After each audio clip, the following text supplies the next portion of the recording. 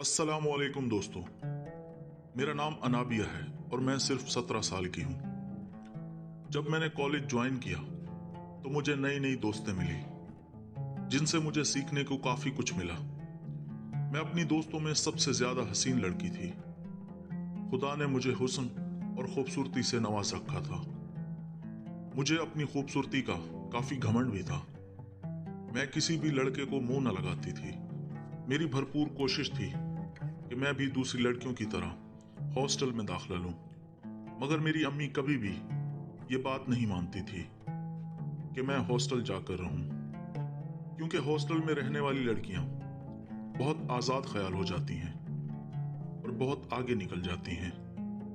जब मैंने बाहर की आज़ादी देखी तो मुझे भी इस कैद खाने में अपना दम घुटता हुआ महसूस हुआ। मैं सुबह 8 बजे कॉलेज के निकलती तो दोपहर 2:30 बजे घर वापस आती और ये वक्त मेरा बिल्कुल भी ना गुजर पाता था। फिर मैं वापस आकर भी सारा वक्त अपनी सहेलियों के साथ ग्रुप में चैट वगैरह करके गुजारा करती थी।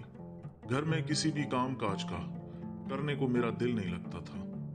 मेरी एक बहन भी है जो मुझसे 4 साल बड़ी है, जिसका नाम सदफ है। सदफ की एंगेजमेंट हो गई है, मगर वो बहुत ज्यादा शर्मीली लड़की है। उसने ज्यादा पढ़ाई भी ना की थी, बस 8 जमातें पढ़कर वो घर बैठ गई थी, क्योंकि उसका पढ़ाई में ज्यादा इंटरेस्ट ना था। मैं अपनी बात बताती चलूं तो मैं थोड़ी सी मोटी हूं, जिसे मोटा नहीं कहा जा सकता, बल्कि सेहतमंद कहना ही दुरुस्त रहेगा। मेरे वजूद की हर चीज थोड़ी थोड़ी भरी हुई है और उभरी हुई है।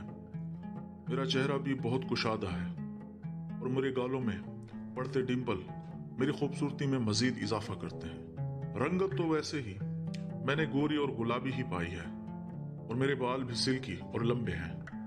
अक्सर अपने बालों को ड्राई करवाती रहती हूँ, जो मेरी खूबसूरती में मजीद इजाफा कर देते हैं। मेरे होंठ इस कदर गुलाबी हैं कि कभी कभी मेरी बहन भी मुझ पर शक करती है कि ऐसा लगता है कि जैसे तुमने लिपस्टिक लगाई हुई है। मेरे नैनो नक्श बहुत ज्यादा गहरे हैं, जिस वजह से मैं साथ खड़ी हुई तमाम लड़कियों में से सबसे ज्यादा मुनफरिद नजर आती हूँ। यही वजह थी कि आज तक मैंने किसी भी लड़के को मुंह न लगाया था, मगर मैं नहीं जानती थी कि मैं इस कदर लड़कों की आदी बन जाऊंगी कि मुझसे फिर एक पल भी रहा ना चाहेगा। फिर चाहे वो कोई भी लड़का हो, मुझे बस एक ही चीज की तलब रह जाएगी, और वो था लड़कों का हथियार, जिन्हें लेने की मैं आदी बन गई। और ये शुरुआत हुई थी कॉलेज के उस ग्रुप से, जब अम्मी से इजाजत लेकर मैं अपनी दोस्त सना के साथ हॉस्टल में एक रात गुजारने के लिए रुक गई। अम्मी ने लाख मना किया, मगर उस रात कॉलेज की पार्टी थी और सना की बर्थडे। सना काफी अमीर लड़की थी। वो गांव के जिम्मेदार की बेटी थी और हॉस्टल में एडमिशन लेकर यहीं रह रही थी। वो पढ़ाई के सिलसिले में उसी शहर आई थी और मेरे साथ उसकी काफी दोस्ती हो गई थी। हम दोनों अपनी सारी बातें शेयर किया करते थे। सना ने उस रात मुझे बताया कि उसके अपने गांव में 2 लड़कों के साथ चक्कर थे और वो उनके साथ सब कुछ कर चुकी थी। उस रात जब सना की बर्थडे का केक काटा तो हम सब ने उसे गिफ्ट दिए। उसकी और भी काफी सारी दोस्तें थी। फिर जब बर्थडे पार्टी खत्म हुई तो काफी लेट हो चुकी थी। मैंने अम्मी को पहले ही बताया था कि काफी लेट हो जाएगी, इसलिए मैं घर ना आ सकूंगी, बल्कि रात को वहीं सना के साथ ही रुक जाऊंगी। यह हॉस्टल के रूल्स के खिलाफ था, मगर सब लड़कियों ने छुप छुपा के मुझे वहीं रोक लिया था। मैं लड़कों के साथ साथ लड़कियों के दिल का भी क्रश बन गई थी। लड़कियां मुझसे बात करने को तरसती थी। फिर उस रात जब सना की बर्थडे पार्टी खत्म हुई तो सना अपने सारे गिफ्ट लेकर बिस्तर पर आ गई, जो उसे बहुत सारी लड़कियों ने दिए थे। हम आहिस्ता आहिस्ता सारे गिफ्ट खोलने लगे। लड़कियां काफी थकी हुई थी। सभी लोग सोने चले गए, मगर मैं सना के साथ ही बैठी रही। मैं अपने मोबाइल में सना की वीडियो बनाने लगी। सना गिफ्ट खोल रही थी जब उसने एक गिफ्ट खोला तो मेरा मुंह खुले का खुला रह गया, क्योंकि उसमें प्लास्टिक का मसनूई हथियार था जो लड़कों के पास अपना होता है। उसे अपनी एक दोस्त ने दिया था। मैं उससे वो छीनकर बहुत हैरत से उसे देखने लगी। फिर मैंने सना से कहा कि ये क्या है, तो वो जोर जोर से हंसने लगी और कहने लगी कि जिन लड़कियों के बॉयफ्रेंड नहीं होते और वो लड़कियां ही एक दूसरे के साथ अपने सुकून को पूरा करती हैं, ये वही लड़कियां इस्तेमाल करती हैं। मैंने आज तक पहले कभी भी यह चीज देखी भी ना थी। वो देखने में थोड़ा मोटा सा था और तकरीबन 6-7 इंच तक लंबा था। फिर मैं उसे गौर से देखने लगी और सना से कहने लगी कि यह कैसे इस्तेमाल होता है। फिर उसने कहा कि अगर तुम लेट जाओ तो मैं तुम्हें इसके इस्तेमाल करने का तरीका बता सकती हूँ। मैंने कहा नहीं, मुझे डर लग रहा है, क्योंकि ये अंदर डालते वक्त भी तो बहुत दर्द महसूस होगा, क्योंकि वो जगह तो काफी सख्त है और बहुत बारीक भी। उसने कहा कि इसमें कौन सी बड़ी बात है। उसने सारे गिफ्ट सरका कर नीचे गिराए और खुद अपना ट्राउजर निकाल कर रख दिया।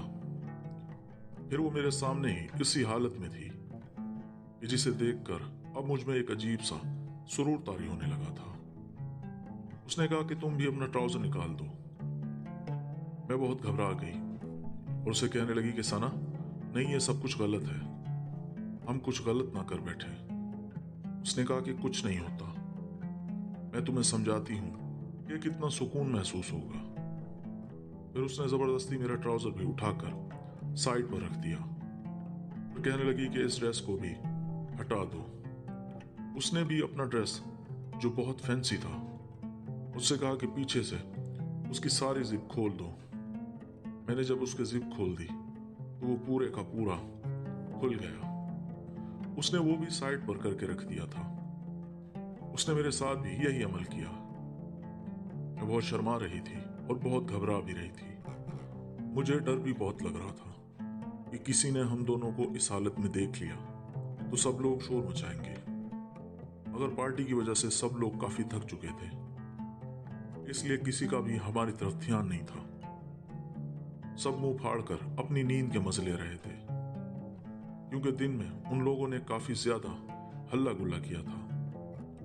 सना और मैं भी काफी थक चुकी थी, मगर अब हम दोनों जब ये गिफ्ट खोला तो हम दोनों में एक अजीब सी बेचैनी पैदा हो गई थी। फिर आहिस्ता से सना ने मेरे लाल टमाटर अपने हाथों में पकड़ लिए और उनको आहिस्ता आहिस्ता खाने लगी। मेरे सारे वजूद में एक अजीब सी सरसराहट दौड़ने लगी और मैं बिल्कुल बेकाबू होने लगी थी। मेरा सुकून अब आसमान की हदों को छू रहा था। उसके बाद फिर वो खुद बिस्तर पर लेट गई और उसने अपने पैर ऊपर कर दिए और कहा कि आहिस्ता से इसको मेरे अंदर करो। मैं बहुत घबरा गई। फिर मैंने वो उससे लिया और उसने कहा कि इसको थोड़ा गीला करो। फिर मैंने उसको थोड़ा गीला किया, सना के नीचे थोड़ा सा रख दिया। अब सना को बहुत ज्यादा सुकून महसूस होने लगा था। उसने कहा कि आहिस्ता आहिस्ता पूरा अंदर कर दो। मैं बहुत घबरा रही थी और मेरे हाथ भी काफी कांप रहे थे। मैंने कहा कि अगर ये अंदर कर दिया तो तुम्हें बहुत दर्द महसूस होगा। उसने कहा नहीं, मैं अपने कजन का भी बहुत बार ले चुकी हूँ, इसलिए अब मैं इसकी आदी हो गई हूँ, मुझे डर नहीं लगेगा। इसीलिए तो लारेब ने मुझे ये गिफ्ट किया है। उसे मेरी सारी बातों का पता है। वो जानती है कि मेरा गुजारा अब इसके बगैर नहीं होता, इसीलिए तो उसने मुझे ये गिफ्ट किया है। मुझे इसकी बहुत ज्यादा जरूरत है। मैं अब रोजाना रात को उसे लेकर ही सो जाऊंगी, क्योंकि फिर मुझे बहुत अच्छी नींद आएगी। इसके साथ बहुत ज्यादा सुकून महसूस होता है। मैं बहुत हैरान हुई कि इसको लेने से भला कैसा सुकून महसूस होगा। फिर सना ने कहा कि तुम मेरे साथ ये करो, फिर तुम्हें पता चलेगा। मैंने आहिस्ता आहिस्ता करके सना के अंदर पूरा उसको डाल दिया। सना अब सुकून की वादियों में तैर रही थी। फिर सना कहने लगी कि तुम तो बिल्कुल पागल हो, तुम्हें तो करना भी नहीं आ रहा। फिर उसने खुद ही मुझे करके दिखाना शुरू किया और वो खुद ही अपने आप को उसे कभी बाहर करती तो कभी अंदर करती। देखते ही देखते सना की कैद से पानी निकलने लगा था। वो बहुत ज्यादा गीली पड़ चुकी थी। मैं देख रही थी कि उसकी आंखों का रंग भी बदल चुका था। अब वो सुकून की वादियों में उतर रही थी। फिर मैंने उसके हाथों से गोलियां और तेज तेज रफ्तार के साथ मैं उसके अंदर करती जा रही थी। वो मजीद सुकून लेती जा रही थी। फिर मैंने मजीद तेजी की तो उसे मजीद सुकून आने लगा। मैं महसूस कर रही थी कि जितना मैं तेजी के साथ करती जा रही हूँ उसे मजीद सुकून महसूस होता जा रहा था। फिर मुझे अपने आप में एक तब्दीली महसूस हुई कि मैं भी पूरी तरह से गीली हो चुकी थी। जब मैंने हाथ रखकर देखा तो मेरा हाथ पूरा गीला पड़ चुका था। फिर सना ने कहा कि इसका मतलब है कि तुम्हें भी इसकी शदीद जरूरत है। मैं फिर बहुत डर रही थी तो सना ने अपने हाथ को मेरी बहती हुई नहर पर रख दिया। अब उसका हाथ पूरी तरह से गीला हो चुका था। तो उसने जैसे ही मेरी बहती हुई नहर पर हाथ रखा मुझ में एक बिजली का करंट दौड़ गया। मुझ में सारी बर्दाश्त खत्म हो चुकी थी। मैं चाहती थी कि सना ये सारा मेरे अंदर भी डाल दे। उसने आहिस्ता से मुझे अपने बिस्तर पर लिटाया। मैं भी उसे किसी चीज का मना न कर रही थी, मगर फिर बाहर किसी के चलने की आवाज आई तो हम दोनों बहुत डर गए और फौरन अपने कपड़े उठाकर पहन लिए। अब मैं सना के साथ एक ही कंबल में लेटी हुई थी। वो अब कब की सुकून की वादियों में उतर चुकी थी, मगर मैं बहुत बेसुकून हो चुकी थी। मुझे शिद्दत से उसी चीज की जरूरत थी जो सना अपने साथ लेकर सो गई थी। मैं उससे मांग भी ना सकती थी क्योंकि उसने बहुत बार मुझे ये लेने को कहा। मैंने खुद ही उसे मना कर दिया था। वो सारी रात मेरी बहुत बेचैनी में गुजरी और मेरी नहर रात भर बहती रही। फिर मेरे सारे कपड़े गंदे हो गए। सुबह को मैंने क्लास अटेंड किए बगैर ही घर वापस आ गई। आज मेरी तबीयत में बहुत बेचैनी थी। मैं आते ही अपने कमरे में चली आई और अपने सारे कपड़े निकाल कर खुद को शीशे में देखने लगी। कभी मैं अपने उन टमाटरों को गौर से देखती क्योंकि रात को सना ने इन दोनों को बहुत जोर से खाया था और मुझे बहुत सुकून महसूस हो रहा था। फिर मैं खुद ही अपने टमाटर जोर से दबाने लगी, मगर मुझे कुछ खास मजा ना आ रहा था। फिर थोड़ी देर बाद अम्मी ने कहा कि सदफ और मैं मार्केट जा रही हैं। सदफ के लिए कुछ कपड़े वगैरह लेने हैं, उसकी शादी करीब थी। मैंने कहा ठीक है अम्मी। मैंने अम्मी को वहीं से जवाब दे दिया। कुछ ही देर बाद मुझे मालूम ही ना हुआ कब सदफ का मंगेतर यासिर भाई घर में दाखिल हुआ, जो हमारे चचा का बेटा था और सदफ आपी का होने वाला शौहर था। अम्मी के लिए कोई चीज वगैरह दिखाने लाया था। मेरे कमरे का दरवाजा लॉक नहीं था। उसको जब घर में कोई भी ना मिला तो वो सीधा मेरे कमरे की तरफ आया और मैं शीशे पर खड़ी होकर झुकी हुई थी। पीछे से खुद को खुद ही देखने की कोशिश कर रही थी, मगर फिर भी उसमें नाकाम थी। मुझ में एक अजीब सा सुरूर छा गया था। जब यासिर भाई कमरे में दाखिल हुआ तो उसके हाथ से वो सामान गिर गया। मैं उसे देखकर बुरी तरह से डर कर उछल पड़ी। मेरे कमरे में कोई अटैच वॉशरूम भी नहीं था कि मैं भाग कर वहां चली जाती। मैं इधर उधर नजरें दौड़ाकर शर्मिंदा सी हो गई। जब यासिर ने मेरा इस तरह से झलकता हुआ हुस्न देखा तो उसकी आंखों का रंग बदला। उसने आहिस्ता से वो सामान उठाया और टेबल पर रखा। मैंने जल्दी जल्दी से कपड़े समेटना चाहे, मगर इतने में वो मेरे बिल्कुल करीब आ गया था और मुझे बहुत गौर से देखने लगा। उसने कहा कि नाबिया, तुम तो बहुत ज्यादा खूबसूरत हो। फिर उसने मुझे बाजू से थामा और मुझे बिस्तर पर लेटाया। अब मैं पूरी तरह से उसके कब्जे में थी। वो जो चाहे मेरे साथ कर सकता था और मैं कोई बात भी उसे ना कह सकती थी क्योंकि उसने मुझे ऐसी हरकत करते हुए पकड़ लिया था। फिर उसने अपना नीचे किया और अपने हथियार को बाहर किया। उसका हथियार तो उस मसनूई हथियार से भी बहुत बड़ा था।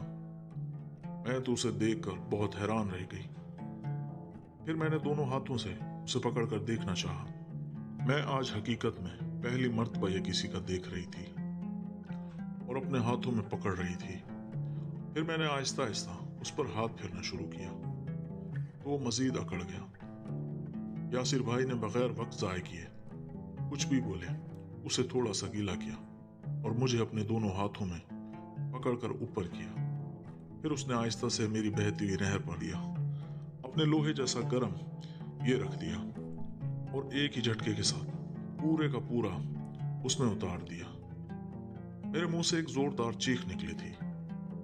घर में क्योंकि उस वक्त कोई भी मौजूद ना था, इसलिए यासिर भाई को कोई खौफ ना था और ना ही मुझे कोई जलता हुआ लोहा महसूस हो रहा था जो मेरी भूख मिटाने के लिए बिल्कुल परफेक्ट था। अब यासिर भाई जोर जोर से उस लोहे के राड को मेरे अंदर कभी बाहर करता और बहुत ज्यादा सुकून महसूस होता।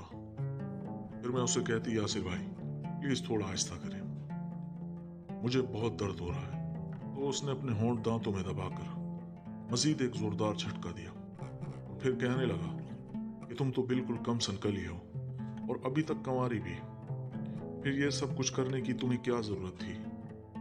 फिर मैंने उसे बताया कि मेरे कॉलेज की सारी लड़कियां मुझे इस बारे में बताती थी, इसलिए मैं भी खुद को सुकून देने के लिए ये सब कुछ कर रही थी।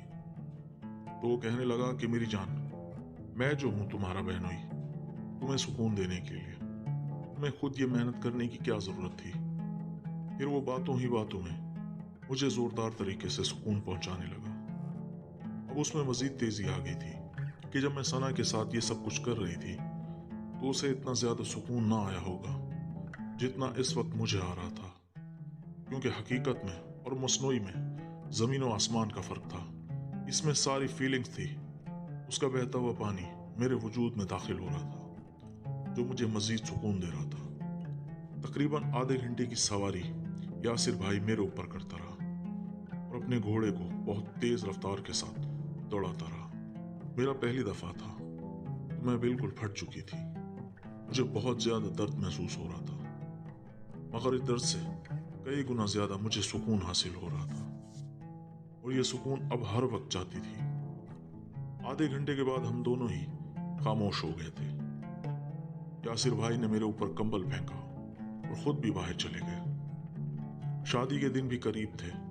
अम्मी और आपी सारा दिन आपी का जहेज बनाने में मसरूफ होती और मेरा बेचैनी के मारे बुरा हाल होता था।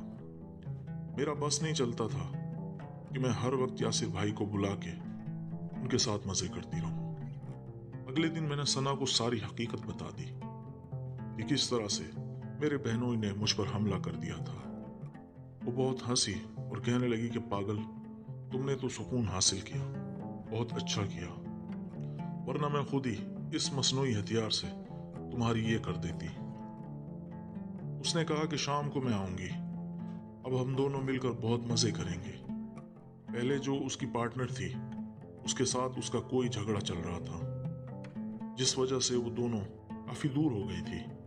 अब सना की पार्टनर मैं बन गई थी। फिर शाम को सना हमारे घर आई। अम्मी से मैंने परमिशन लेके हम लोग ग्रुप स्टडी करेंगे। फिर सना और मैंने कुंडी लगाई और अपने कपड़े निकाल कर रख दिए।